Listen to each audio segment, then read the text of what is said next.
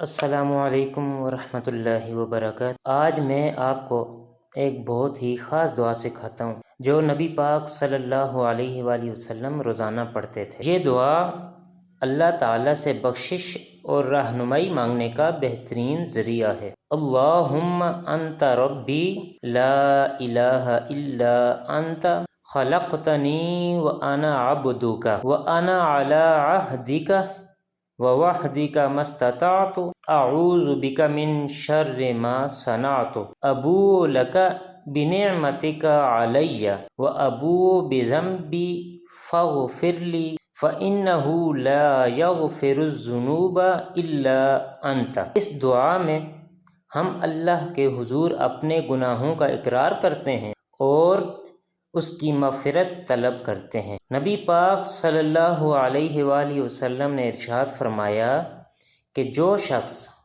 یہ دعا دل سے پڑھے اللہ تعالیٰ اس کے تمام گناہ معاف فرما دیتے ہیں۔ تو آج ہی سے روزانہ اس دعا کو اپنی زندگی کا حصہ بنائیں اور اپنے دل کو سکون اور اللہ تعالیٰ کی قربت سے بھر دیں۔